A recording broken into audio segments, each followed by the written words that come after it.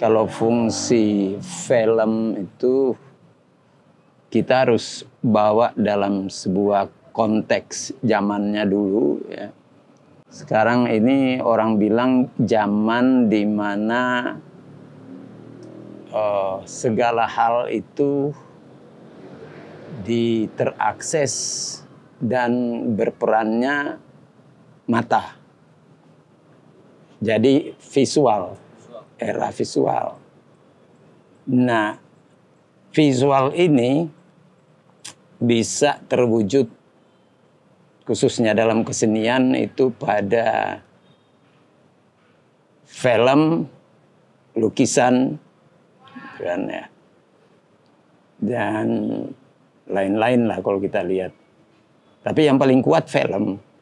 Ya. Kenapa itu yang paling kuat film?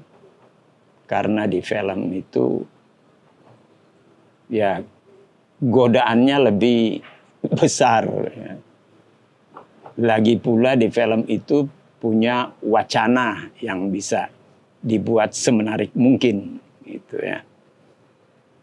Dan ya karena visual, film itu juga bergerak dan orang lebih tertarik dengan godaan-godaan gerakan dan suara juga.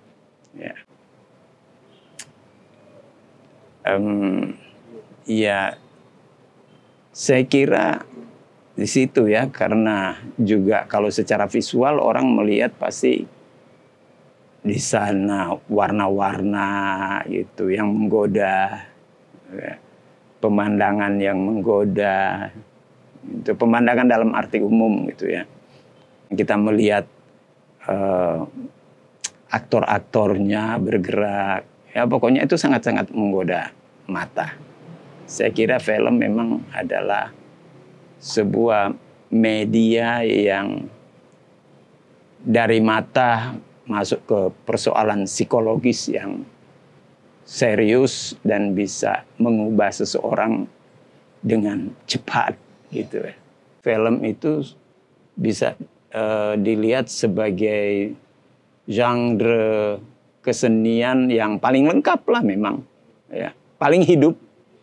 Ya kalau kita melihat secara lebih serius lagi memang kompleks ya persoalannya, karena film itu kita lihat ada aspek kultural ya, yang tidak bisa kita tinggalkan atau abaikan. Kultural, katakanlah kita secara kultural kita ada bisa bicara tentang edukasi atau pendidikan di sana gitu ya.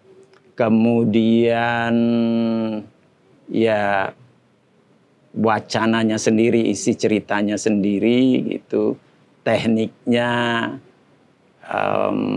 Nah ini juga nih nggak bisa diabaikan, bikin film itu mahal pasti. Ya gitu. Ya ini kalau dari sisi bisnis ekonomi ini yang paling menantang kalau bicara film, apalagi kita bicara film hiburan. Ya. Nah itu udah bisa kita lihatlah bagaimana dari film ini ya hiburan itu income-nya besar sekali kalau dilakukan secara serius. Kita tahulah di Amerika gitu, Eropa sudah melakukan itu. Amerika itu mendatangkan devisa dari negara itu termasuk terbesar gitu. Ya. Jadi kalau secara ekonomi sebenarnya film digarap benar itu bisa mendatangkan kekayaan yang tinggi bagi sebuah negara. Dilihat dari perkembangan sekarang, saya sih optimis gitu ya. Dari kualitas, kenapa saya optimis? Karena sarana-sarana yang dibutuhkan itu tersedia, apalagi sarana teknologi. Ya. Kita mau bikin apa? Di film bisa. Ya. Pokoknya apa yang tidak terbayangkan dalam kehidupan sehari-hari secara konkret, di film itu kemudian bisa terlaksanakan, apalagi sekarang sudah dibantu oleh AI. Ya, selesailah keluhan bahwa terbatas mau bikin film ini itu dan nggak ada lagi keluhan itu. Yang penting adalah kita bisa buat nggak bagaimana sebuah skenario itu yang bagus dan menjadi sangat hidup di dalam film sehingga seperti tadi bisa mengubah ya seseorang itu. Itu satu tantangan lain lagi itu ya kalau kita ada bicara tentang bagaimana ke masyarakat itu kan film itu sampai ke masyarakat apresiasinya seperti apa itu. Apakah apresiasinya itu dalam dimensi artistik atau dimensi ideologis atau dimensi benar-benar hiburan. Nah, itu persoalan di dalam film ya masuk dalam manajemen pemasaran tentu saja itu. Kita bicara soal bagaimana post produksi ya di film itu.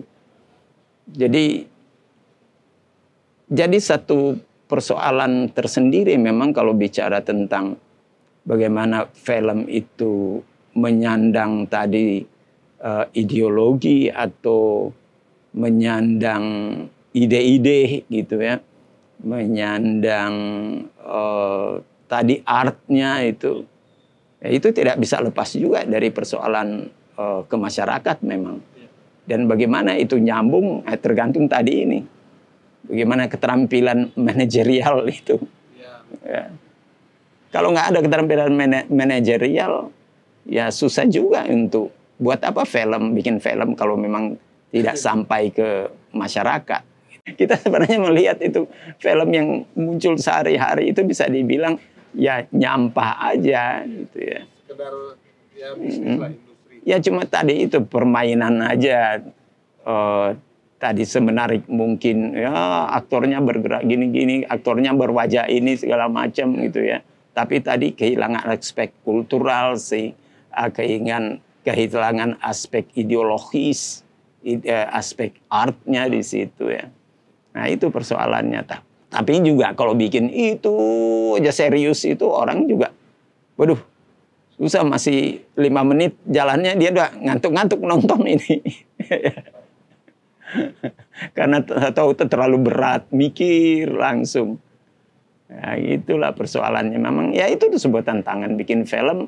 Artinya kita udah tahu dari awal ya segmennya itu. Ya, udah tahu dari awal. Kalau kita udah tahu dari awal, ya kita nggak akan kecewa karena udah garisnya udah jelas gitu ya. Iya, kecenderungan yang sudah ada itu film itu mengangkat tema yang abstrak gitu, yang begitu luas gitu ya. Yang sekalipun kita tahu bahwa itu adalah film-film tentang kemanusiaan, itu abstrak memang. Nah, dekat-dekat sekarang ini orang mau bicara secara konkret. Kalau kita bicara tentang kemanusiaan, apa yang harus kita bicarakan? Ya, kita bicarakan sebenarnya sehari-hari. Dan sehari-hari itu seperti apa? Sehari-hari yang ada di sekitar kita, sebenarnya bicara kita, sekitar kita itu apa? Jauh-jauh atau balik-balik lagi sebenarnya kita bicara tentang diri kita sendiri, bicara tentang lingkungan kita sendiri, yang notabene itu yang kita sebut di sana ada nilai-nilai kultur. Nah, nilai-nilai kultur ini, lingkungan itu yang kita sebut cerita-cerita yang lokalitas di dalam film. Yang sekarang mau dikejar itu. Ya. Karena bicara tentang humanity yang abstrak itu, ya melelahkan sebenarnya gitu ya. Jadi orang mengejar sekarang apa yang kita lihat sehari-hari di sekitar kita, itu yang kita eksplor. Iya, lokalitas, maka mulai kembali pada orang lokalitas itu, yuk kita banyak kok cerita-cerita, banyak cerita lokal yang sangat menarik ya. Lokal di Indonesia ini banyak sekali ya. Banyak sekali cerita-cerita ya lokal yang perlu kita eksplor. Maka itu sebenarnya adalah kekayaan ya, kekayaan budaya kita. Lantas kenapa kita mau cari yang humanis atau kemanusiaan yang begitu luas ya, begitu abstrak. Ya, akhirnya juga kita tergoda bicara tentang kebudayaan orang justru. ya, bukan kebudayaan kita sendiri. Yang sebenarnya kita sendiri, oh iya kebudayaan kita sendiri, sejauh apa yang kita kenal. Sebenarnya kekayaan kita, kebudayaan kita sendiri ya banyak hal yang bisa kita eksplor di sana atau kita riset. Nah inilah yang jadi kata kunci bahwa yuk kita bikin film lokal adalah sebenarnya film riset. Sulut punya modal sejarah dalam perfilman yang bisa dibanggakan. Ya kita bisa sebut Wimbo gitu dari tahun 670-an ya. Kemudian Frankie Roaring Pandey dan anak muda juga sekarang itu ada beberapa gitu ya. Juga aktor, wah kalau aktor itu banyak juga dari Maria Manado dulu gitu ya tahun-tahun 60-an gitu. Kemudian Rima Melati ya. Ada Yapi Tambayong di sana. Ya Rime Selado juga Rese Tapi setengah Manado, setengah Ambon ya. Apalagi Paula Rumokoy ya. Wah itu ada pemain Lydia Kando ya. Ya.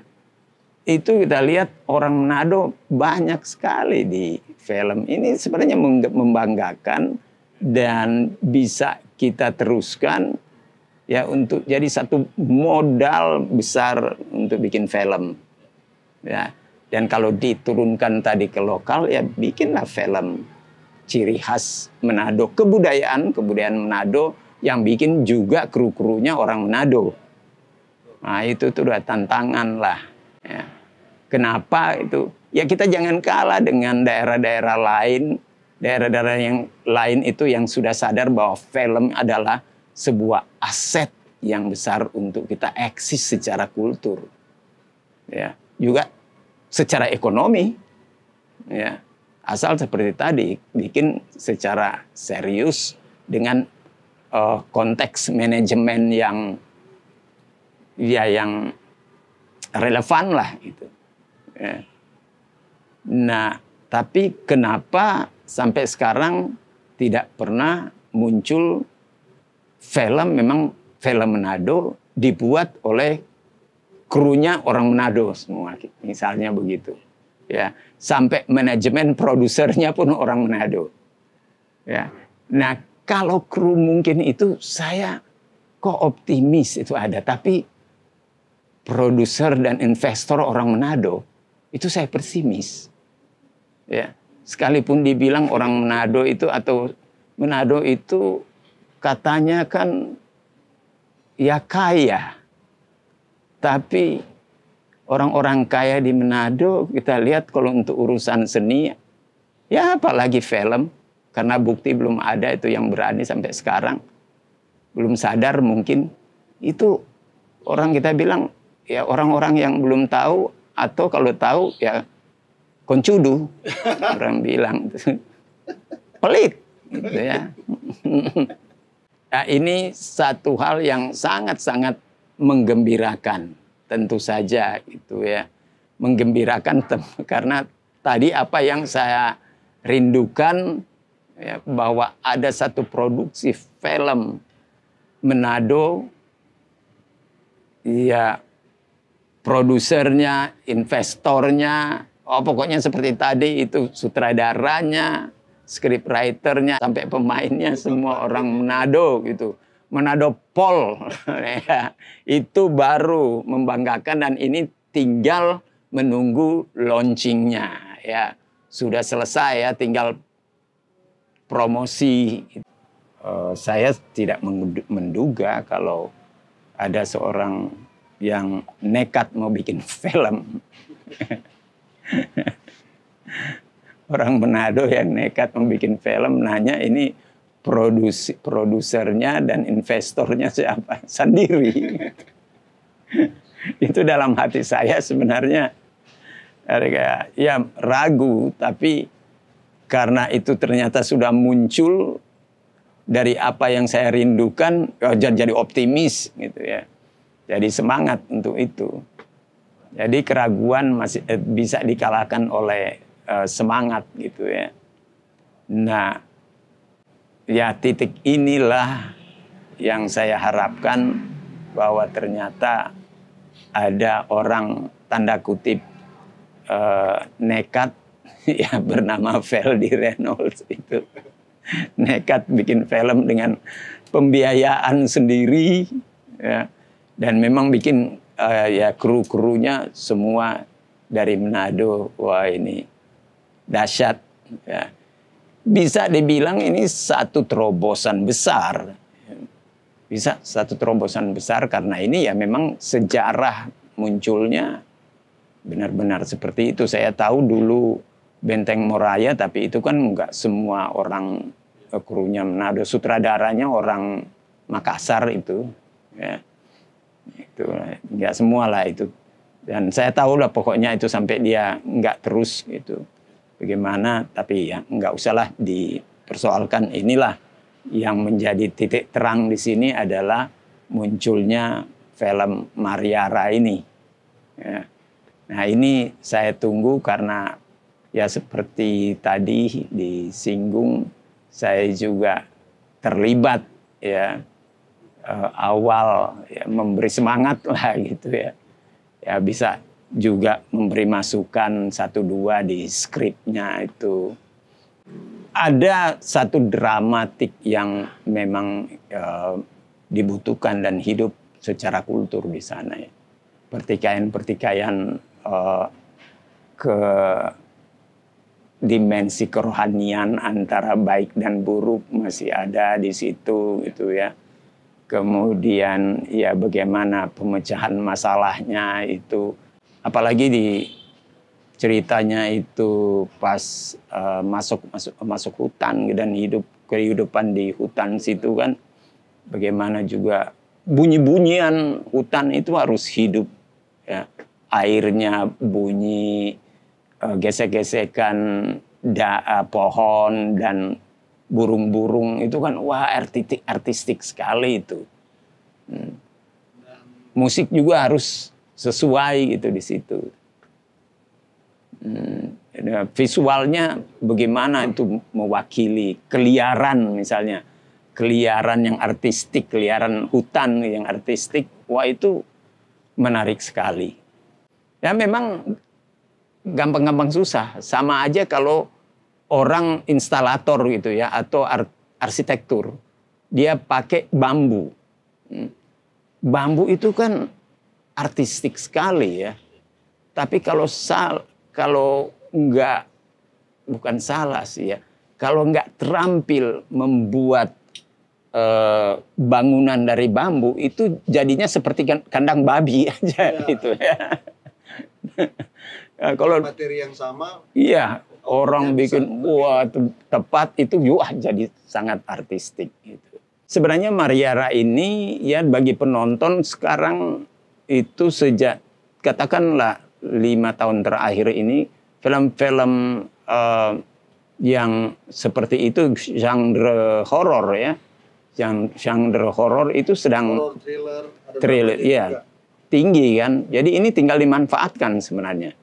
Yang saya lihat ya ada satu tawaran lah ya dari eksplor aspek kultural yang diangkat dari persoalan itu, bisalah menawarkan sesuatu yang baru Mariara ini ya. Dari yang sekian banyak yang menampilkan banyak hantunya gitu ya, muka rusak lah atau segala macam gitu. Kalau ini kan Mariara nggak terlalu banyak tampilkan situ ya. Itu yang saya lihat, itu yang saya lihat. Oh, ini ada satu harapan baru untuk mengeksplor sesuatu yang selama ini film horor di Indonesia itu ya menampilkan ketakutan-ketakutan dari wajah-wajah ya. Mariara saya lihat, saya bayangkan karena belum lihat benar-benar ya. Saya bayangkan dari skripnya itu tidak menampilkan hal seperti itu, tapi kalau mengikuti dari skripnya kayaknya ini wah, saya baca itu ada tegang-tegangnya juga, apalagi divisualkan ya. Dari ceritanya aja udah tegang, apalagi melihat langsung visualnya. Sekalipun itu tergantung bagaimana kecekatan sutradara yang mengemas dari skrip, kemudian tampil benar-benar secara visual. Tapi saya kira itu Mariara itu nggak terlalu repot sutradaranya karena skripnya sendiri bikin oleh sutradaranya sendiri gitu kan. Ini seperti film pribadi ya yang banyak sekali sutradara yang melakukan hal seperti itu. Jadi film-film menarik, film-film besar malah dari ya pengalaman pribadi ya, dari kecintaan secara pribadi, kesukaan dari pribadi, akhirnya dia bisa melakukan, membuat cerita film yang dahsyat gitu ya, yang menggebrak. Itu kita harapkan lah itu dari Mariara. Dari segi penonton saya berharap dan saya mengajak bahwa film Mariara ini adalah film pertama dari kru sekecil-kecilnya sampai yang terbesarnya, sutradara dan produser itu dibuat sendiri oleh orang Manado.